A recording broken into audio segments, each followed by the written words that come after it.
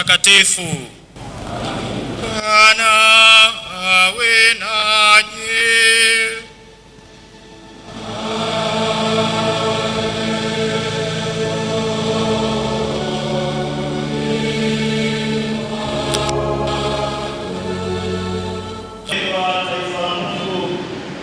Karibuni katika adhimisho la ibada ya misa takatifu, Dominika ya kwanza ya kipindi cha Majilio, mwaka A wa Kanisa. Tunaanza mwaka mpya leo hii. Tunamshukuru Mungu kwa zawadi ya mwaka C, kwa mema na baraka mengi aliyotukirimia. Ni kwa wema wake anatufikisha tena kuanza mwaka mwingine wa Kanisa. Iwe nafasi ya kumshukuru, iwe nafasi ya kumwomba toba kwa pale ambapo tulishindwa kutimiza wajibu wetu.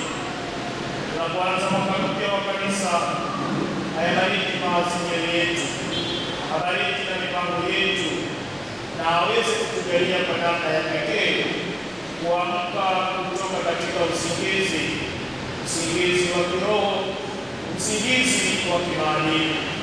Atujalie kuamsha imani, matumaini na mapendo, hasa katika kipindi hiki cha Majilio, ili Kristo Bwana wetu apate nafasi kwenye maisha yetu.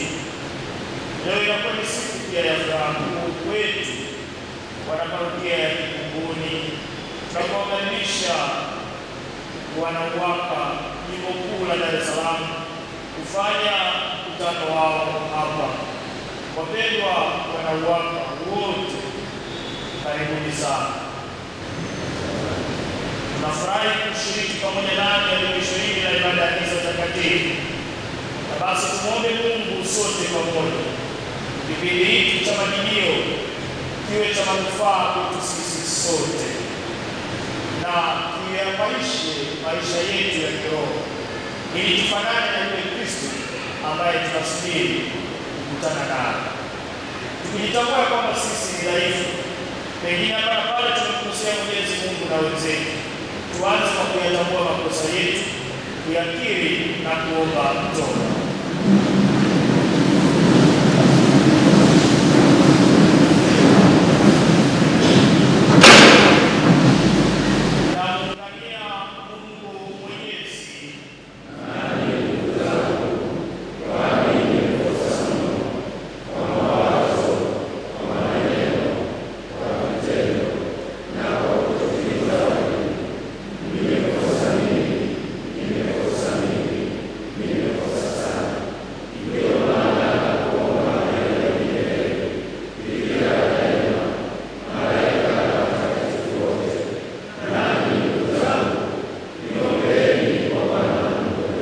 Mungu Mwenyezi atuhurumie, atusamehe dhambi zetu na atufikishe kwenye uzima wa milele.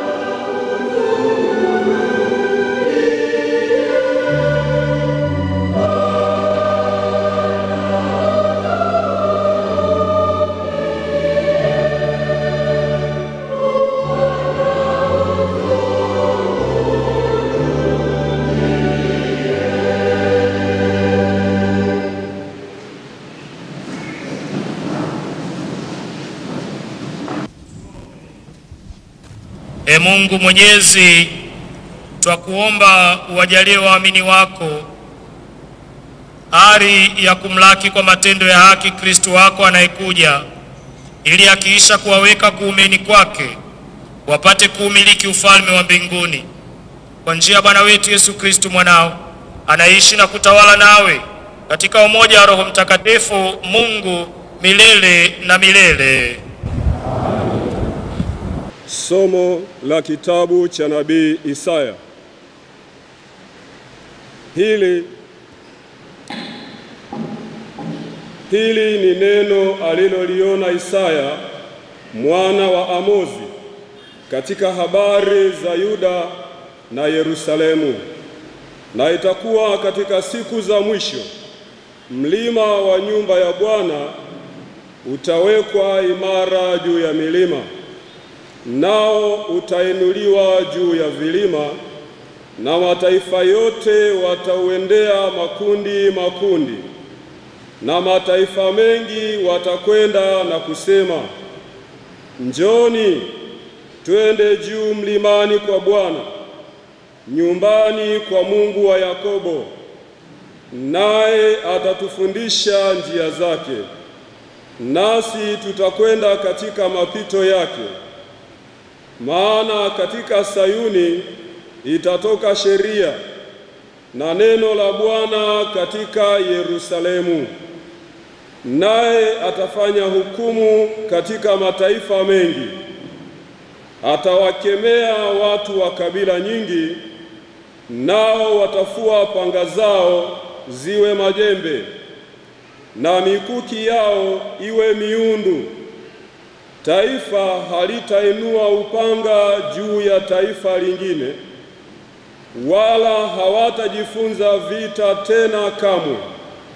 Enyi wa nyumba ya Israeli, njoni twende katika nuru ya Bwana. Neno la Bwana.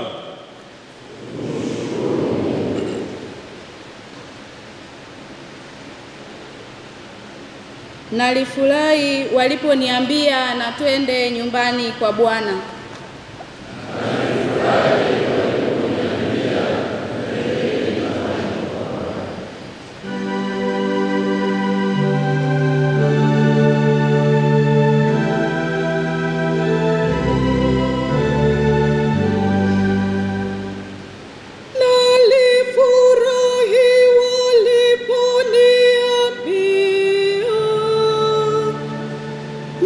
Twende nyumbani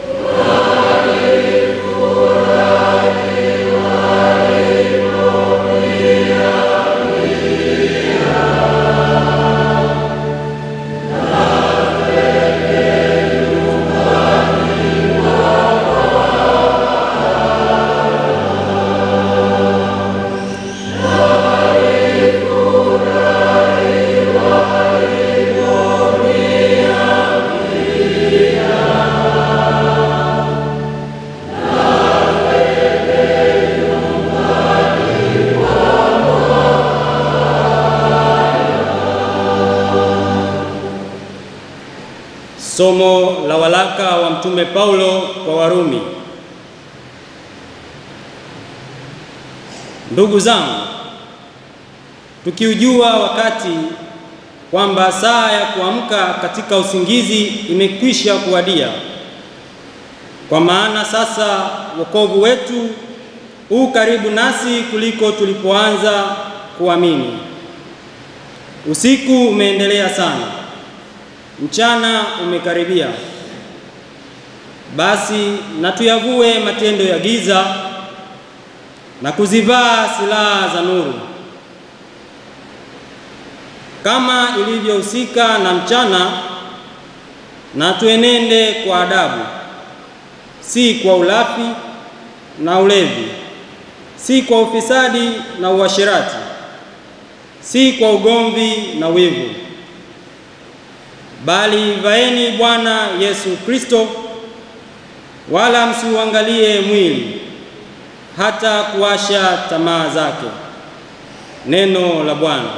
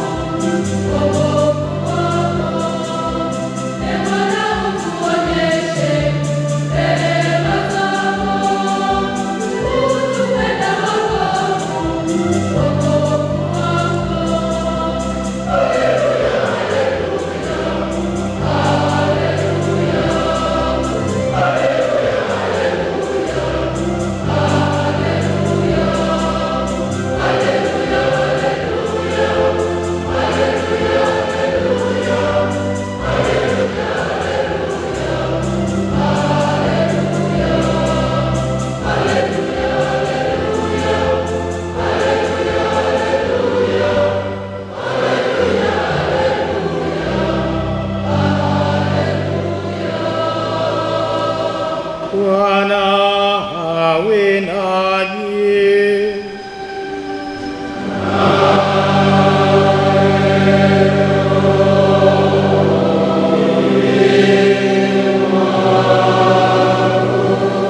Injili takatifu ilivyoandikwa na Mathayo.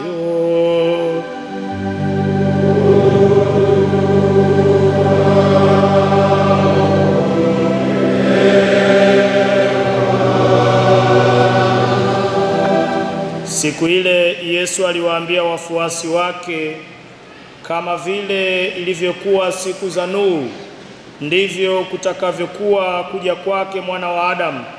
Kwa kuwa kama vile siku zile zilivyokuwa kabla ya gharika, watu walivyokuwa wakila na kunywa, wakioa na kuolewa, hata siku ile aliyoingia Nuhu katika safina wasitambue, hata gharika ikaja ikawachukua wote, ndivyo kutakavyokuwa kuja kwake Mwana wa Adamu.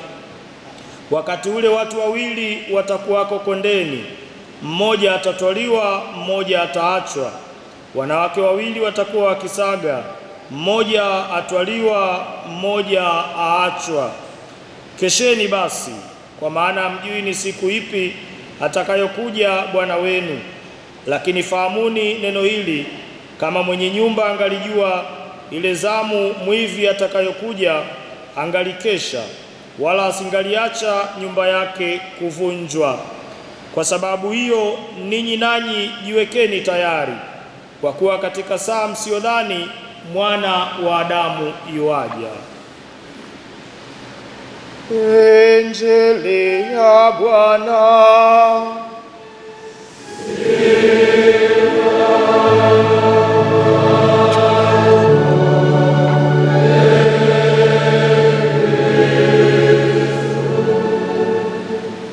Wapendwa taifa la Mungu, kama nilivyosema katika utangulizi,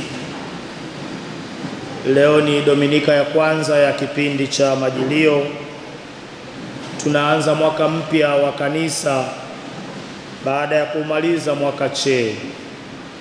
Naamini sote tunafahamu ya kwamba katika kalenda ya liturujia ya kanisa letu tunakuwa na mwaka A, mwaka B na mwaka C. Na katika hiyo miaka yote basi vipindi vyake vinafanana. Tunaanza kipindi cha kwanza kwa kipindi cha Majilio, tunaposubiri kujiliwa na Mwokozi Bwana wetu Yesu Kristo. Kinafuata kipindi cha Noeli, kuzaliwa kwake. Kinafuata kipindi cha Kwaresma.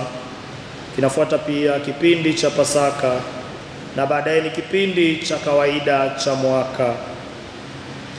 Kwa hiyo ni sehemu ya utamaduni wetu wa Kikatoliki ya kwamba unaisha mwaka mmoja, tunaingia mwaka mwingine kwa vipindi vyake, kwa namna ambavyo vimeainishwa. Pengine kwa kuwa kila mwaka tumekuwa tuna Majilio, kila mwaka tumekuwa na Noeli, kila mwaka tumekuwa na Kwaresma, kila mwaka tumekuwa na Pasaka, na kila mwaka tumekuwa na vipindi vya kawaida vya mwaka, hata Majilio hii haitutishi.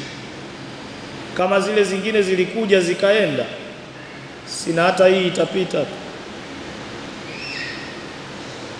si ndio jamani? Kwani na hii inajipya jamani? Maana nasema Dominika ya kwanza ya kipindi cha Majilio mwaka hii. Manake tukirudi nyuma miaka miwili nyuma tulikuwepo pia na Dominika ya kwanza ya Majilio mwaka hii, na kipindi kikapita kikaisha. Kwa si hakuna jipya jamani? Si maisha yaendelee tu vile vile kama mwanzo na sasa? Na sasa si ni kalenda tu, sababu tuko Majilio na Majilio itaisha, itakuja Noeli, na Noeli ikiisha tutaendelea kama kawaida. Je, tunakubali tubaki vivyo hivyo tulivyo?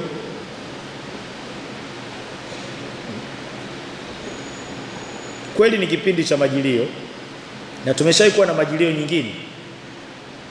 Kweli ni mwaka A wa kanisa, tumeshawahi kuwa na mwaka wa kanisa, lakini haijawahi kuwa ya 2025. Kwa mwaka ni mwingine, sio wakati ule tena, ni wakati huu. Sasa haiwezekanaje tuwe tayari kukubali kuishi sasa kwa mawazo ya wakati ule? Ili ilete maana ni lazima iwe mpya, na iwe mpya kweli kweli. Kwa kuwa ni mwanzo, inahitaji kuwa na maazimio, na katika maazimio hayo tunapoyaweka na kuyatenda yatuletee mapinduzi ya kiroho, ili katika Ukristo wetu tupige hatua mbele ya kusema, nilipomaliza mwaka C wa kanisa nikaanza Dominika ya kwanza ya kipindi cha Majilio, basi sipo jinsi nilivyokuwa kabla.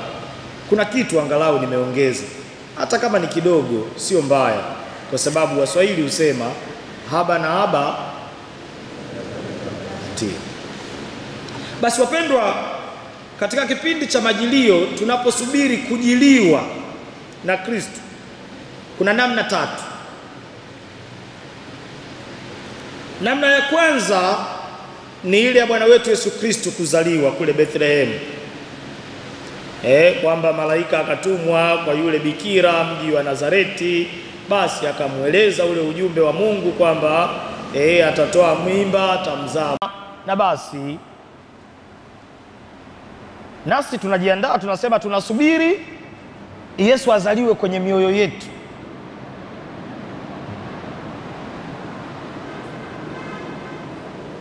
Na mwezi huu wa Desemba, mwezi wa mapumziko hivi, mwezi wa sikukuu hivi, mwezi wa kununuliana zawadi, mwezi wa kwenda safari, chunguza vizuri, utagundua ya kwamba namna ambavyo huwa tunajiandaa kusherekea Noeli huwa ni kwa ajili yetu sisi zaidi kuliko hata kwa ajili ya yule ambaye anazaliwa. Tunajifikiria sisi zaidi. Kama tunaweza tukawaza tutakula nini, tutavaa nini, tutaenda wapi. Na hata pengine sisi ambao tuko hapa nguzo za kanisa, tunawajibu, pengine tunawaza hivi, Noeli hii watoto wangu watavaa nini?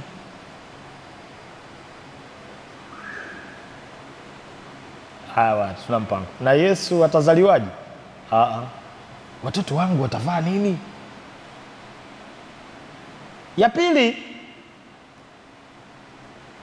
ambayo tutasikia kwenye masomo yetu kuanzia Dominika hii ya leo mpaka tarehe 16, kwa sababu kipindi cha Majilio kinagawanywa kwa sehemu mbili.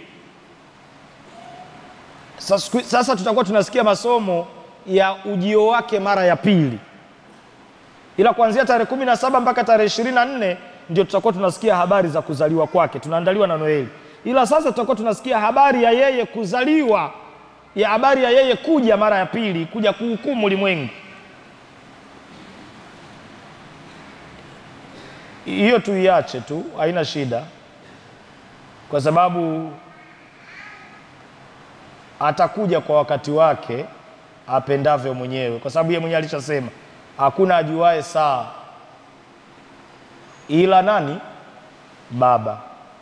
Unajua siku hizi nyie pia kwa utandawazi ulivyo na maendeleo, mmepeleka watoto wenu shule zile nzuri nzuri, na nafikiri wengi huwa mnapata shida kidogo watoto wenu wakirudi nyumbani wanawauliza maswali ambayo pengine sisi zamani tulikuwa hatuna uwezo wa kuwauliza wazazi wetu, kwa sababu ulimwengu kidogo ulikuwa mdogo. Siku hizi ulimwengu ni mpana. Nafikiri mnakutana na maswali mengi mazito watoto wanawauliza na kuwahoji. Sababu kuna mzazi mmoja aliwahi kuniambia, sipendi kurudi nyumbani mapema, natamani nikirudi nikute watoto wamelala. Nikamwambia lakini ni vizuri ukae na watoto wako waone. Akasema padre, haiwezekani, mtoto anaongea Kiingereza mwanzo mwisho. Yaani ada nilipe mimi afu mateso aniletee mimi. Acha tu nirudi nimkute amefanyaje? Amelala kwa kweli. Maswali watajibu walimu wake. Sasa mtoto mmoja akamuuliza mama yake, mama, eti Yesu atarudi lini? Mama akasema mimi mwenyewe sijui. Mtoto akamwambia basi mama, yani kwenye simu yako hapo Google. Kwa sababu yeye kazoea shuleni kila kitu watu wanafanyaje? Wana Google. Mtoto tayari shule msingi anajua kwamba kumbe tayari Google ina nini? Ina majibu. Sasa mama, wewe kama hujui, tuangalie kwenye Google hapa tumalize. Sasa wapendwa, na sisi tusiumize kichwa juu ya kwamba Yesu atarudi lini. Hivi swali la msingi, kwa nini lisiwe mimi na wewe tutaongoka lini? Hapo vipi? Sio hilo ndio linaweza likawa la maana zaidi, kwa sababu swala la yeye kuja mara ya pili tusihangaike nalo, kwa sababu hata alipokuja mara ya kwanza hakutushirikisha. Kwa hiyo hata atakapotaka kuja mara ya pili sisi hatuna haja ya kujua, ila maadamu tumeshajikuta tumetokelezea kwenye ulimwengu, tutambue tu ule wajibu wetu wa yale tunaopaswa tuyafanye kama watoto wa Mungu. Sasa tunakuja maana ya tatu ambayo ndio ya msingi na muhimu na ndio tunapaswa tuishi nayo. Yesu Kristo anakuja kwetu kila siku kwa njia ya neno, masakramenti na ibada. Kila siku kwa njia ya neno, sakramenti na ibada. Na sisi tubaki hapo tu. Ukibaki katika hayo, yale mengine yote yanakamilika. Kwa sababu katika neno, katika sakramenti, katika ibada, kila siku atafanyika kuwa hai kwenye mioyo na maisha yetu. Na tukiwa hivyo, maana yake akitokea leo mwishoni kuhukumu ulimwengu, si anakukuta ukiwa tayari una tiketi ya mbinguni. Hilo la msingi linayabeba haya mengine yote. Na ndio hichi tunachosikia kwenye somo la pili. Ndugu zangu, tukijua wakati kwamba saa ya kuamka katika usingizi imekwisha kuadia. Amka ewe usinziaye. Kwa leo iwe siku ya kujiuliza sote, hivi mimi nimelala katika nini? Mimi nimesinzia katika nini?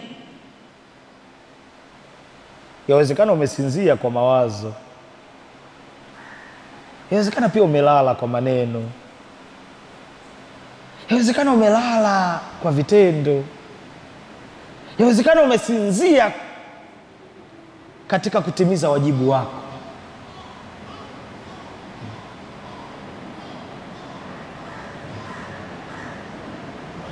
Wapi umelala? Wapi unatamani uamshwe? Nasikia kwenye somo la kwanza anaposema, na itakuwa katika siku za mwisho, mlima wa nyumba ya Bwana utawekwa imara juu ya milima, nao utainuliwa juu ya vilima, na mataifa wote watauendea makundi kwa makundi. Tunaitwa, tunakusanywa, tunapaswa tuamshwe tuliko lala.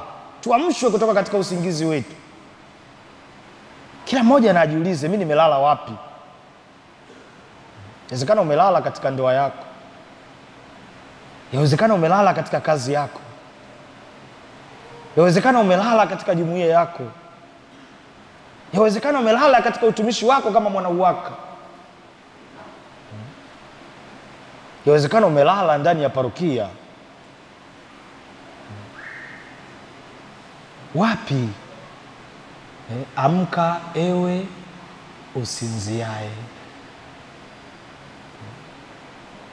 Amka ewe usinziaye. Amka. Wapi tumelala? Nasikia tunasema majilio, tunajiandaa. Kumbe tunaitwa kujiandaa nyakati zote. Yawezekana umelala katika neno la Mungu. Jiulize, mara ya mwisho lini umetenga muda ukalisoma neno la Mungu? Umelala. Yawezekana umelala katika sakramenti za kanisa. Hakuna Mkristo anayeweza kuishi baada ya kupokea sakramenti zingine zote nje ya sakramenti mbili: upatanisho, kitubio, na sakramenti ya Ekaristi Takatifu. Mara ya mwisho lini tumeijongea sakramenti hiyo? Na kama tuliijongea kwa namna gani? Tukiwa tumejiandaa au tulifikiri tunahitaji kwenda kuungama ili tukomunike? Mara ngapi tumepokea sakramenti ya Ekaristi Takatifu pasipo kustahili? Nakumbuka wale mitume walipokuwa kwenye mtumbwi wanasafiri, wanavuka ng'ambo ya pili, walikuwa pamoja na Yesu, na Yesu naye akawa amelala. Ni mpaka walipomwamsha akaamka. Kukomunika sio shida, we komunika tu. Inawezekana unakomunika, Yesu anaingia analala, kwa sababu we mwenyewe umelala. Sasa kwa nini akusumbue? Tumsifu Yesu Kristo. Kristo akiingia akikukuta umeamka, sina yeye anaamka, sababu anakukuta tayari unatimiza wajibu wako wa Kikristo. Ni mtu wa haki, mtu wa mapendo, mtu wa amani, mtu wa kiasi, unayejibidisha katika yote ya usio imani na Mungu. Kwa hatupaswi kusubiri kipindi cha majilio. Sasa hizi ndo tutaambiana hapa, jamani, kutakuwa na maungamo parokiani, kutakuwa na nini. Yaani tunasubiri kanisa lituandalie wakati wa majilio. Jamani, UWAKA jimbo kutakuwa na mafungo ya UWAKA. Alafu mkifika pale tunawaambia tu, jamani, mfanye nini? Fanyeni matendo ya toba, matendo ya huruma, zidisheni na sala. Tumelala. Tupaswa kuwa macho wakati wote. Kwenye Injili anasema ilikuwa hivyo wakati wa Nuhu. Yeye anajenga safina, watu wako wanajishughulisha kula, kunywa, kuvaa, kuoa, kuolewa. Kimsingi sio matendo mabaya kula na kunywa. Hata mkutano wenyewe wa leo tuliumiza kichwa, unafikiri kuandaa ajenda za mkutano? Tumeumiza kichwa kwanza kutafuta vitenge vya UWAKA. Mwenyewe nimeshona changu, mtakiona baadaye. Hiyo ni kuvaa. Yaani nimeshona mpaka na suruali mpya. Mchezo nini? Hiyo ni kuvaa. Tutakula, afu tutakunywa leo. Hiyo ni uhakika. Na kuna kuoa na kuolewa. Yote ni matendo. Lakini wakati Nuhu anajenga safina, hawa watu walikuwa wanatenda matendo haya. Mungu hakuwa na nafasi kwenye maisha yao. Walijitawala wenyewe na walijimilikisha maisha yao, wakamsahau Mungu na kuachana naye. Mtume Paulo anasemaje?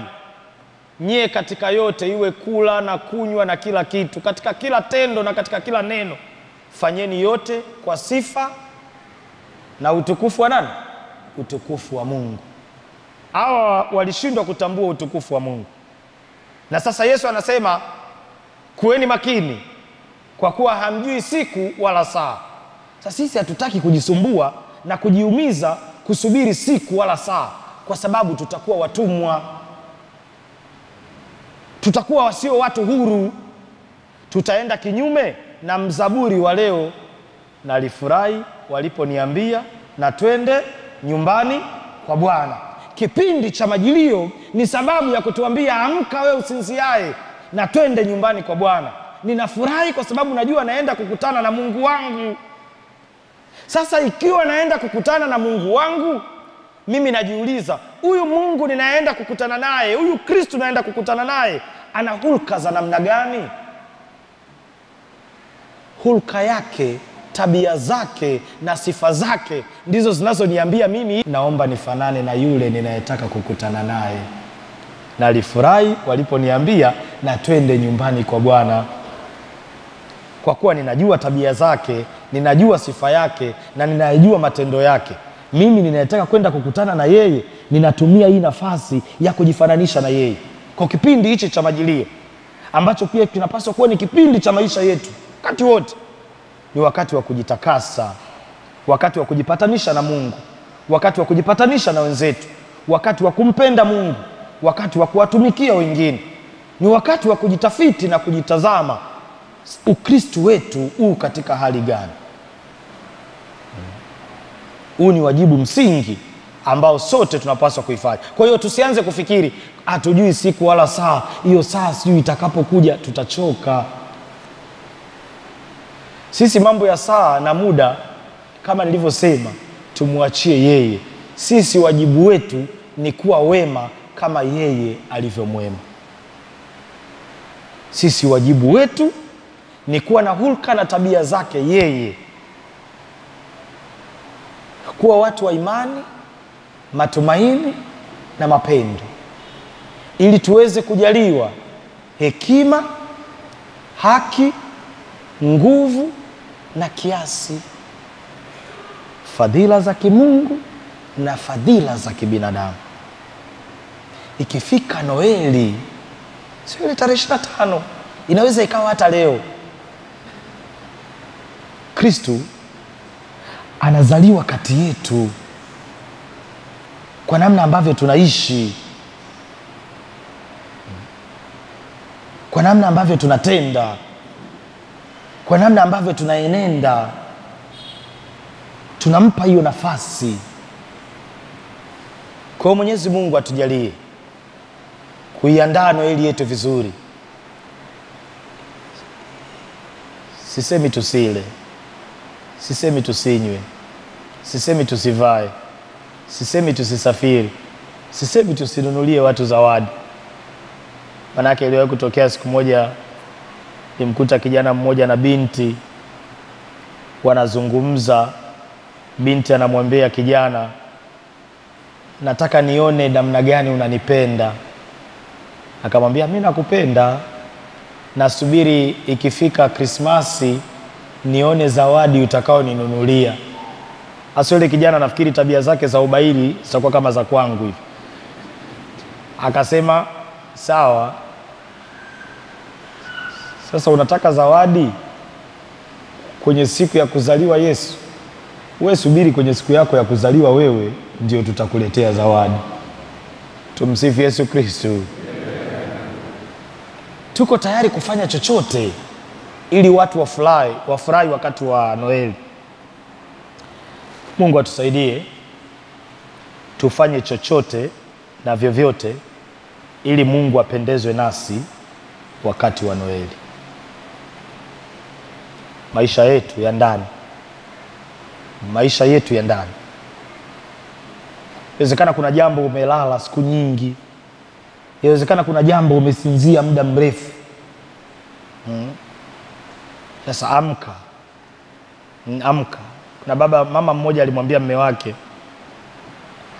akamwambia, mume wangu, mimi nakupenda sana, na nimegundua katika maisha wewe sifa yako moja kubwa ni ukweli, ila nasikitika tu kuna ukweli mmoja hujawahi kuniambia, ya namna unavyochepuka. Tumsifu Yesu Kristo. Vipi, huwa mnasinzia wapi jamani? Unajua leo ni siku ya uwaka. Mimi hao wengine kama siwaoni, mimi niko na nyie. Tumsifu Yesu Kristo. Mwaka wengine huwa tunakutanaga maeneo mengine. Sasa leo si mmekuja wenyewe. Kwa mimi mwenyewe nilikuwa nashangilia asubuhi hapo, nasema walete. Sasa wamekuja. Wapendwa, sisi tunapenda kutumia ya kwamba ni nguzo imara. Tukubaliane, nguzo ziko nyingi.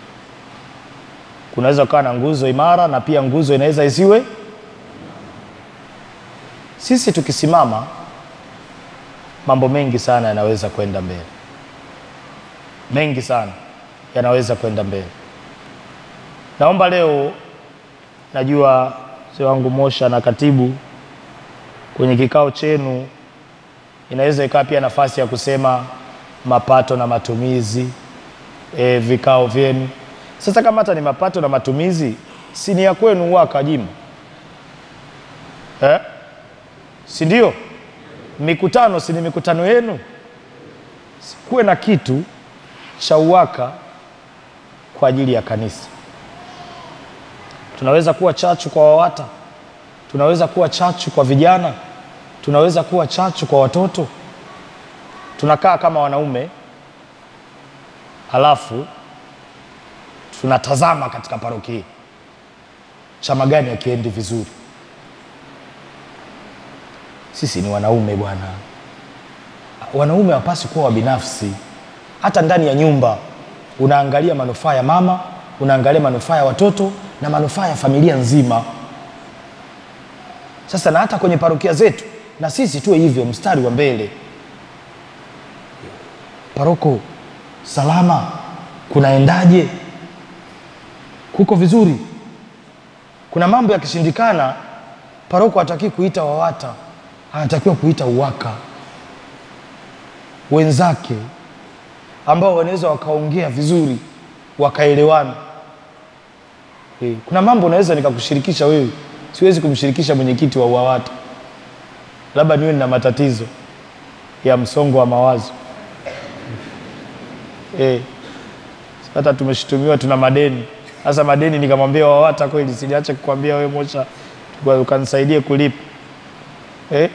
Tumsifu Yesu Kristo. Tuchukue nafasi yetu. Nasema hivi kwa sababu gani? Leo si ndo tunaanza mwaka wa kanisa? Nilisema maazimio. Isiwe maazimio tu ya kwamba tuongeze michango. Isiwe maazimio ya kituo cha Ija Pugu. Isiwe maazimio ya ushiriki wetu kama mchango wetu kama kanisa. Maazimio gani tunaweka? Mimi naomba hilo lifanyike pia. Lifanyike pia. Tuanze kuchagiza kutoka chini, hata ndani ya jumuiya zetu. Uwaka isikike, uwaka ionekane. Bila wanaume tunafanya nini ndani ya kanisa? Tunafanya nini? Nafasi ya baba ni muhimu sana, na tena ni muhimu kweli. Si tulikuwa tunasikia mama anasema, yaani wewe utaona, ngoja baba yako arudi. Kumbe baba ndo msimamizi wa nidhamu. Baba ndo msimamizi wa familia. Na tulikuwa tunaogopa kusemewa kwa baba. Sasa leo hii wakina baba inawezekana nyinyi mmekaa tu mnajisemea huko, yale mateso na shida nilizopitia mimi sitaki watoto wangu wapitie. Mnatudekeza. Simameni kwenye wajibu wenu. Ukihesabu michango, WAWATA wanatoa zaidi kuliko UWAKA. Wenye hela wanakuwa wa mwisho, wenye chenji wanatoa zaidi. Wengi WAWATA wanawezeshwa na UWAKA, lakini wao kwa moyo wanashiriki vizuri. Sasa sisi tuweke mkakati wa kuziinua jumuiya zetu, wa kuinua parokia zetu, dekania na jimbo letu. Chachu ile. Parokia sio paroko anasema leo kuna semina ya vijana. Alafu mweka hazina parokia, hebu toa fedha ya mkufunzi, ya chakula na maji kwa ajili ya vijana. Tunataka tusikie semina ya vijana parokia kwa udhamini wa UWAKA. Sio kama naeleweka hivi. Inawezekana hapa ninavyosema hivi kuna mtu sikio kama linauma hivi, anavyosikia nini anasemaje huyu tena. Lakini inawezekana leo akina mama WAWATA wana semina, wana mafungu, wana tafakari parokiani. Ni wanaume wamemwambia paroko, wewe paroko hiyo kazi tuachie sisi. Hiyo tuachie sisi. Tunaomba akina mama, alafu sasa hii itawasaidia hata nyie. Wewe fikiria siku hiyo akina mama wote wanakuja semina parokiani, alafu wewe umebaki zako nyumbani pale umetulia. Akipigwa neno huko akirudi pale, unashangaa tu kama vile unampokea huyu Mosha awe mme wako, tena waahidi kuwa mwaminifu kwake katika shida na raha, afya na magonjwa, umpende na kumheshimu siku zote. Ndio. Yaani akirudi nyumbani unasikia ndio. Ile ndio imepaishwa na ile semina aliyokuja kuifanya huko parokiani. Unaweza kuona unatoa ukipoteza, kumbe unatoa ukiwekeza. Semina ya vijana parokia imedhaminiwa na UWAKA. Mmoja kati ya hao vijana si kijana wako. Sikapata semina ya makuzi na malezi, na pengine kasaidiwa ajitambue, ajue, kwa sababu baada ya sisi si wanafuata watoto wetu kwenye nafasi zetu. Wanajifunza nini kutoka kwetu? Wanapaswa kujifunza nyumbani tunapoishi, wanapaswa kujifunza hata kanisani wanapokuwepo. Kwa hapo nimeongeza kazi kwa sisi UWAKA tunavyoweza kuwajibika na tunavyoweza kushiriki. Kwa kuna mchango wa ujenzi unafanyika sio na nini na nini. Sawa, katika huo ujenzi jamani, sisi kama UWAKA huu mlango ni wetu. Alafu tumemaliza, tumekaa tumetulia. Kila chama cha kitume na chenye kitainuka, kama akitataka kuweka mlango kitaweka dirisha. Si kama watu wana uwezo wa kuiga matendo mabaya, hawatoshindwa kuiga matendo mazuri. Sasa sisi UWAKA tuamke, na baada ya kuamka tuwaamshe wengine. Huu naomba uwe wajibu wetu tunapoanza mwaka mpya wa kanisa. Mwaka uwe ni mwaka wa mabadiliko kwetu. Kila mmoja aone anabeba hilo jukumu. Tubebe hilo jukumu kama wanaume. Mimi nawapeni siri moja. Wayahudi, kila siku Myahudi mwanaume akisimama, akiamka, anasimama anajinyoosha, anamwambiaga Mungu, asante na kushukuru kwa kuniumba mwanaume.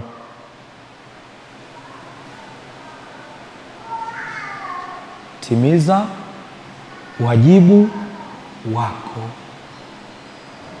Kulikuwa na kusudio, kulikuwa na malengo, ndio maana ukafanyika mwanaume, ndio maana ukafanyika baba.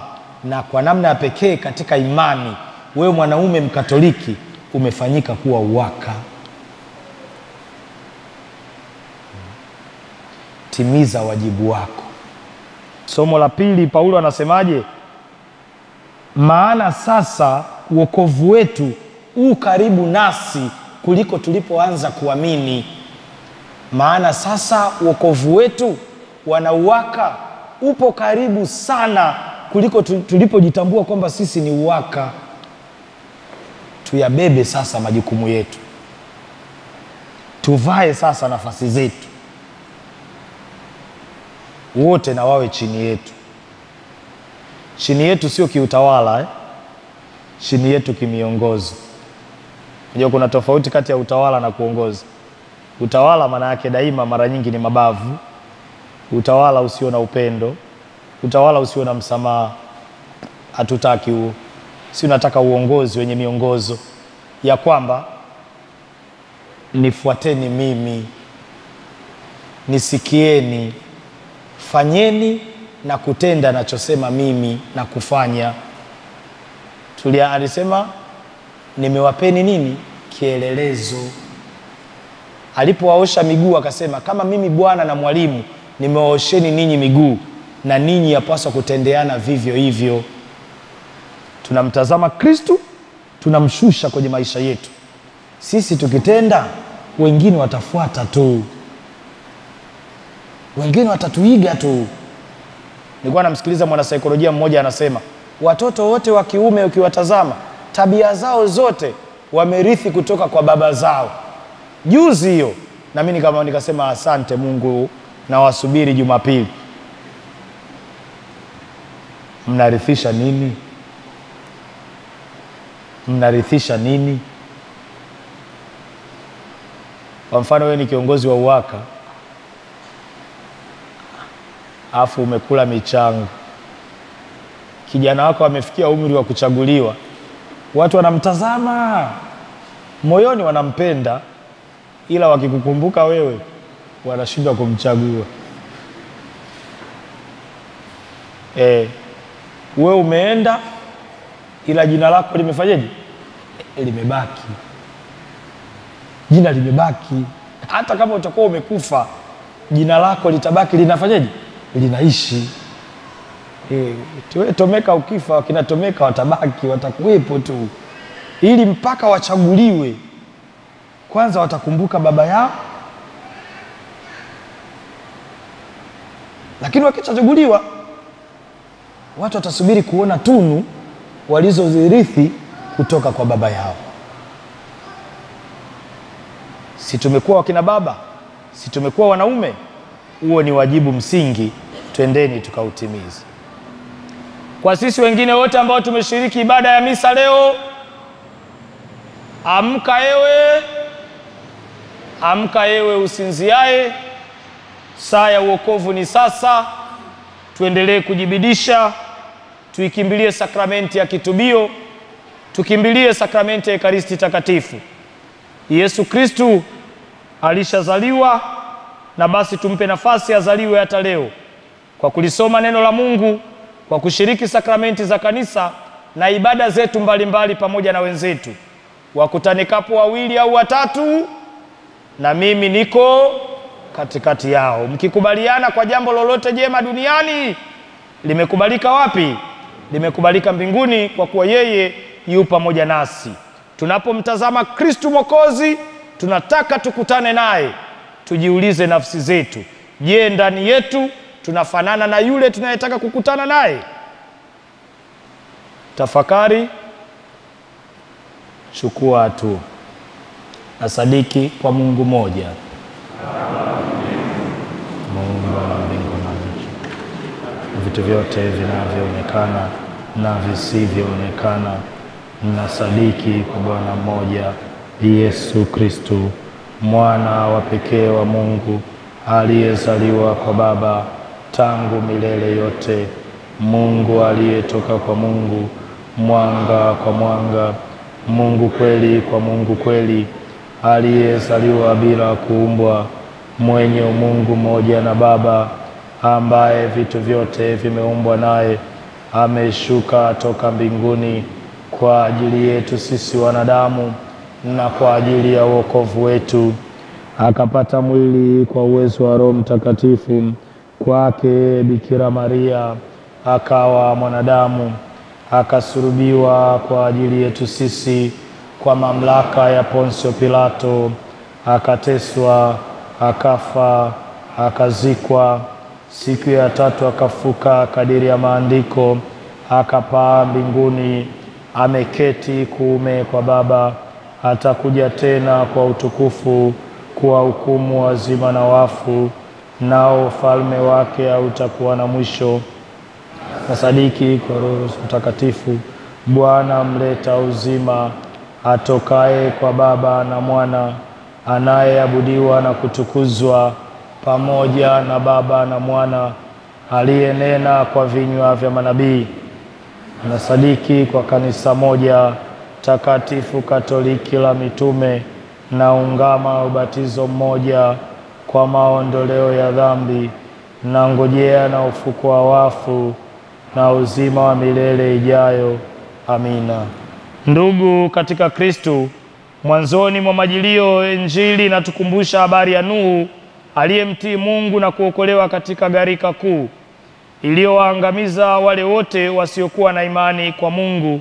Tumuombe Mungu Baba.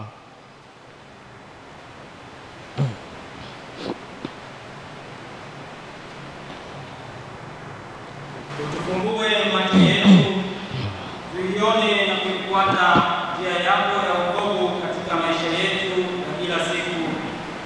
Bwana, tusikie.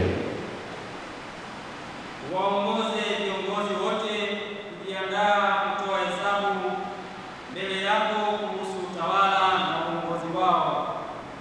Bwana, tusaidie sisi wanadamu kuishi tukijua na kuamini kwamba Kristo atakuja tena siku ya mwisho kuwahukumu wazima na wafu. Bwana, Twakuomba tusikie. utuongoze kujitayarisha kutoka sala, kujinyima, anasa na matendo ya huruma, ili kuweka mioyo yetu tayari kumpokea Kristo atakapokuja. Bwana, Twakuomba tusikie. wafanye waliokutenga nawe kwa udhaifu na tamaa ya mambo ya dunia, ulipokea tena neno lako kwa amani, furaha na upendo, na hivyo kujiunga tena na jamii ya waumini. Bwana, Twakuomba tusikie. wapokee marehemu wetu katika ufalme wako wa milele. Bwana, Twakuomba tusikie. Salamu Maria, Bwana yu nawe, umebarikiwa kuliko wanawake wote, naye Yesu mzao wa tumbo lako amebarikiwa. Maria mtakatifu, mama wa Mungu, utuombee sisi wakosefu, sasa na saa ya kufa kwetu. Amina. Mungu uliye nguvu na makimbilio yetu, kwa wema wako usikilize sala zetu. Tunakuomba utujalie katika kipindi hiki cha majilio neema yako, tuamke kutoka usingizini na kushika mwenendo mpya wa maisha ya Kikristo tunapojiandaa kukutana na mkombozi wetu Yesu Kristo. Tunaomba hayo kwa njia yake yeye anaishi na kutawala milele na milele.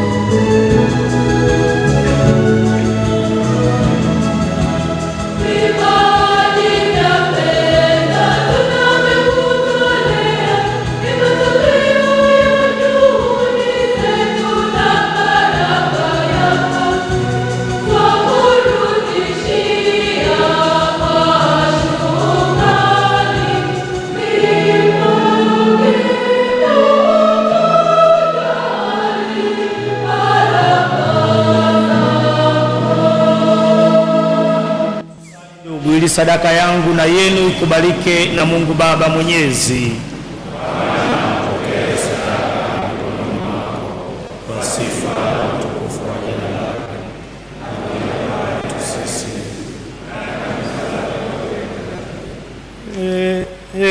Bwana, na kuomba uvipokee vipaji tunavyokutolea, ambavyo tumevipokea kutoka kwa mema yako, na yale unayotujalia kuyatenda kwa ibada katika wakati huu, yawe kwetu tuzo ya ukombozi wako wa milele, kwa njia ya Kristo Bwana wetu.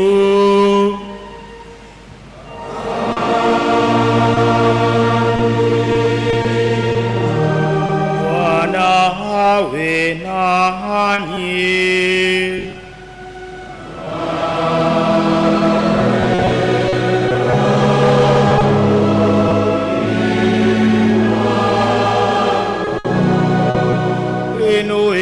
Inueni mioyo.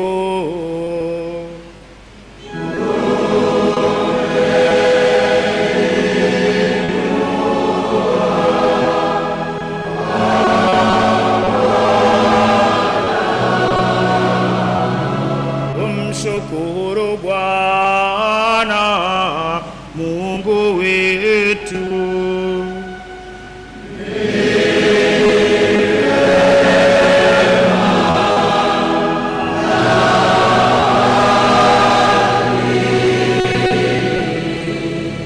Kweli ni vema na haki, tendo la kufana la kuleta wokovu.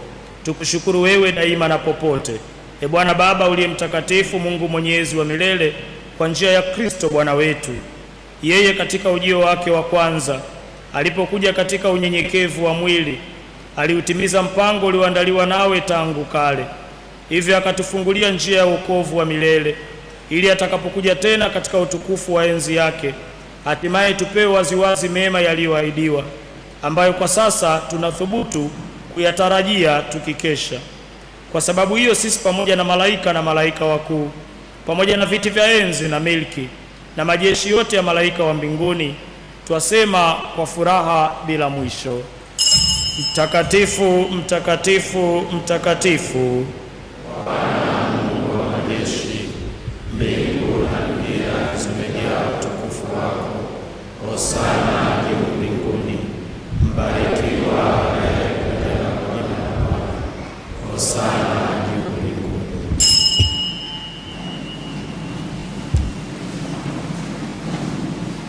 Tunakusifu Baba uliye mtakatifu, kwa kuwa umkuu na kazi zako zote umezifanya kwa hekima na upendo.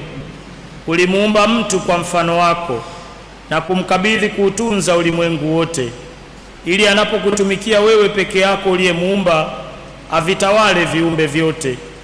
Naye alipopoteza urafiki wako kwa kutokutii, hukumwacha katika utawala wa mauti, maana kwa huruma yako ulikuja kuwasaidia watu wote, ili wanaokutafuta wakupate. Zaidi ya hayo, mara nyingi ulifanya maagano na watu, na kwa njia ya manabii ukawafundisha kutazamia wokovu. Na hivi Baba uliye mtakatifu, jinsi hii uliupenda ulimwengu, hata ulipoadia utimilifu wa nyakati, ukamtuma kwetu mwanaye wa pekee awe Mwokozi. Yeye alifanyika mtu kwa uwezo wa Roho Mtakatifu, akazaliwa na Bikira Maria. Katika mambo yote alitoa namna ya hali yetu, isipokuwa hakuwa na dhambi.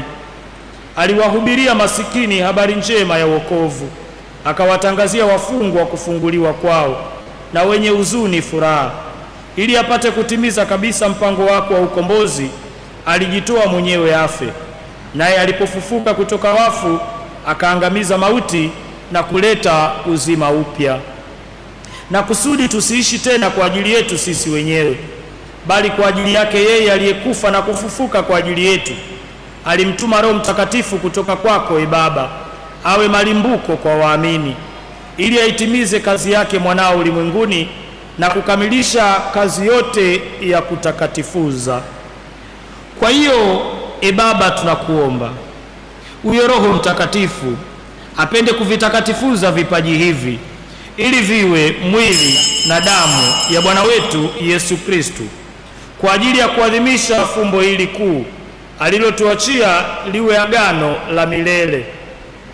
Maana yeye mwenyewe ilipofika saa ya kutukuzwa nawe, Baba uliye mtakatifu, akiwa amewapenda watu wake waliokuwa ulimwenguni, aliwapenda upeo. Walipokuwa wakila, alitoa mkate, akaubariki, akaumega na akawapa wafuasi wake akisema, twaeni mle nyote, huu ndio mwili wangu utakaotolewa kwa ajili yenu.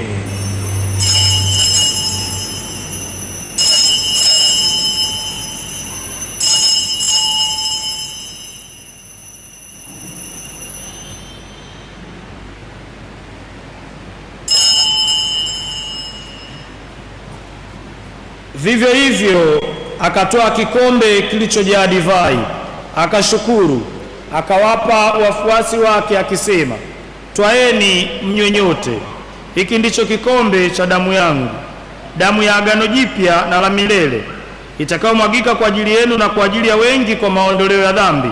Fanyeni hivi kwa ukumbusho wangu.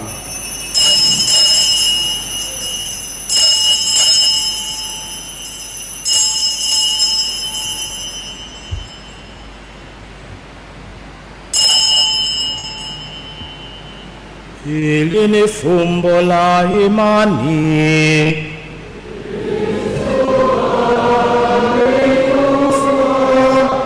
Kristo alifufuka, Kristo atakuletea. Kwa hiyo, Bwana, tunapoadhimisha sasa ukumbusho wa ukombozi wetu, tunakumbuka kufa kwake Kristo na kushuka kwake kuzimu. Tunatangaza pia kufufuka kwake na kupaa kwake mbinguni na kukaa kulia kwako. Nasi tunapongojea kuja kwake katika utukufu, tunakutolea mwili na damu yake iliyo sadaka ya kukupendeza, iletayo wokovu kwa ulimwengu wote. Bwana, umtazame huyu kafara ambaye ulimwandaa mwenyewe kwa ajili ya kanisa lako. Kwa wema wako wajalie wote watakaoshiriki mkate huu mmoja na kikombe hiki, wakiisha kukusanywa katika mwili mmoja na Roho Mtakatifu, waweze kuwa dhabihu iliyo hai katika Kristo kwa sifa ya utukufu wako. Sasa Bwana, uwakumbuke wote ambao kwa ajili yao tunakutolea sadaka hii. Kwanza kabisa mtumishi wako Baba Mtakatifu wetu Leo, askofu wetu Yuda Tadei, askofu msaidizi Henry na maaskofu wote pamoja na waklero wote na watu wote wanaokutolea sadaka hii, na hawa waliopo hapa na taifa lako lote na watu wote wenye kukutafuta kwa moyo mnyofu. Uwakumbuke pia wale waliofariki dunia katika amani ya Kristo wako, na hasa wanauwaka wote na marehemu wengine wote ambao imani yao ulijua wewe peke yako. Baba uliye mtakatifu, tujalie sisi sote wanao tuweze kupata urithi wa mbinguni katika ufalme wako, pamoja na Bikira Maria mwenye heri, mama wa Mungu, na mtakatifu Yosefu mume wake huyo bikira, na mitume wako wenye heri, mtakatifu Toma wa Akwino, mtakatifu Paulo wa msalaba, watakatifu na wenye heri somo zetu na watakatifu wako wote. Na huko mbinguni tukutukuze pamoja na viumbe vyote, vikiisha kuokolewa katika uharibifu wa dhambi na mauti kwa njia ya Kristo Bwana wetu, ambaye kwa njia yake unaujalia ulimwengu mema yote. Kwa njia yake, pamoja naye na ndani yake, wewe Mungu Baba Mwenyezi, katika umoja wa Roho Mtakatifu, unapata heshima yote na utukufu milele na milele.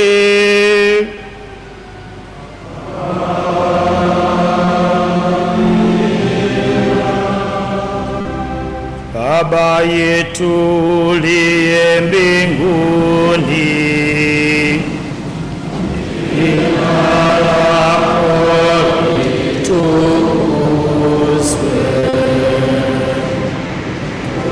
ufalme wako ufike, utakalo lifanyike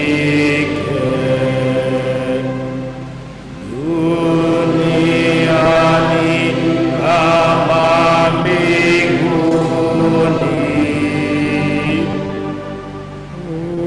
Utupe leo mkate wetu wa kila siku, utusamehe makosa yetu kama tunavyowasamehe na sisi waliotukosea, usitutie katika kishawishi,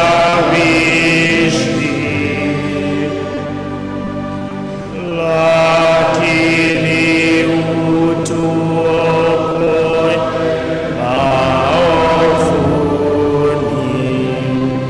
Ee Bwana, nakuomba utuopoe katika maovu yote, utujalie kwa wema amani maishani mwetu, kusudi kwa msaada wa huruma yako tuopolewe daima na dhambi, wala tusifadhaishwe na jambo lolote, napotazamia tumaini lenye heri na ujio wa Mwokozi wetu Yesu Kristo.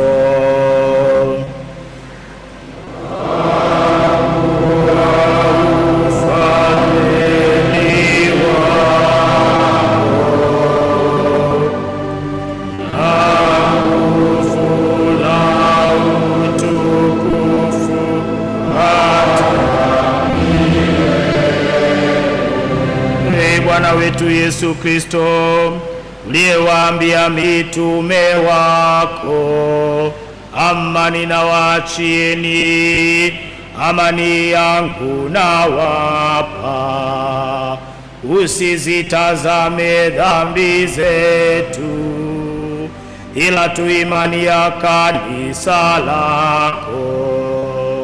Upende kulijalia amani na umoja, kama yalivyo mapenzi yako, unayeishi na kutawala milele na milele.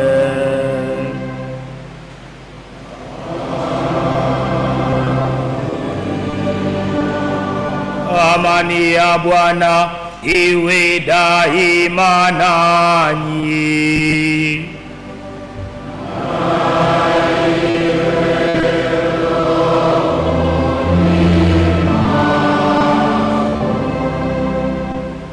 Kwa kuwa kama mtu amelala au amesinzia, huwezi kumpa amani, sharti aamke kwanza, si ndio? Kwa nafikiri ni vizuri ukamwambia jirani yako, amka ewe usinziaye.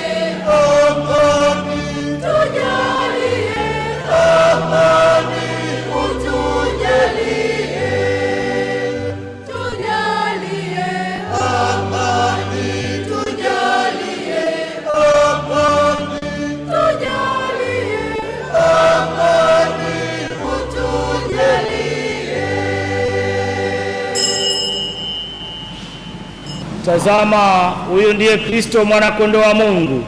Tazama yeye aondoaye dhambi za ulimwengu. Heri yao walioalikwa kwenye karamu yake.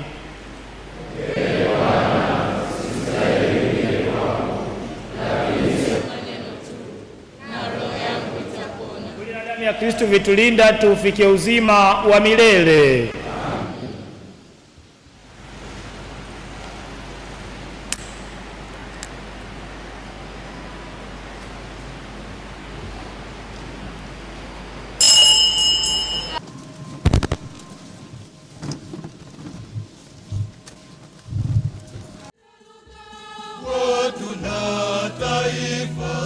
Tunapata nuru katika neno lako.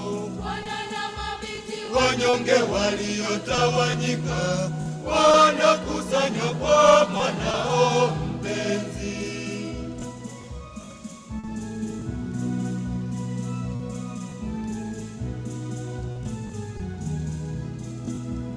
Kama mwali wa moto tumaini langu linawaka. Wimbo wangu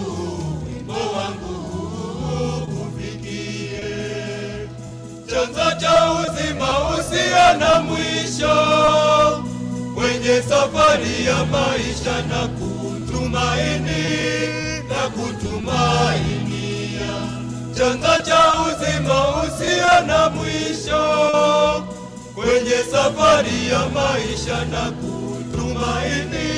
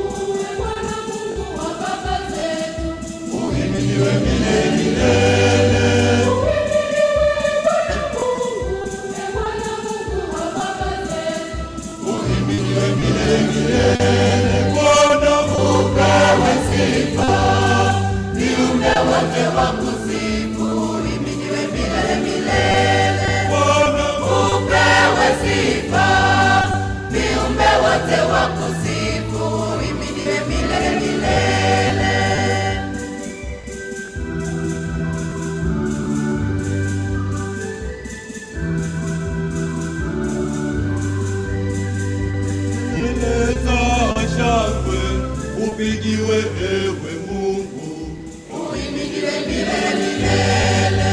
Watarumbeta nayo, upigiwe ewe Mungu, uhimidiwe milele. Uhimidiwe Bwana Mungu, Bwana Mungu wa baba zetu, uhimidiwe milele. Uhimidiwe Bwana Mungu, Bwana Mungu wa baba zetu, uhimidiwe milele.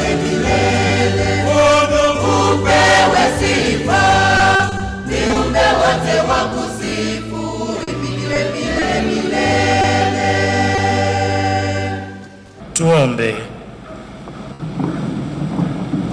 Bwana, tunakuomba yatukufae sisi mafumbo tuliyoadhimisha, ambayo tangu sasa wakati tunapoenenda kati ya mambo yapitayo tunaandaliwa kwayo kuyapenda mambo ya mbinguni na kuambatana na yale yadumuyo, kwa njia ya Kristo Bwana wetu. Amen. Bwana awe nanyi.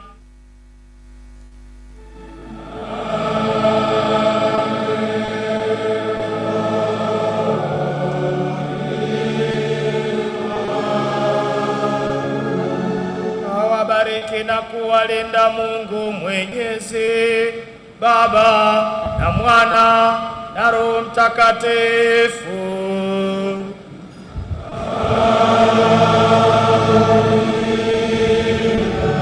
Endeni na amani.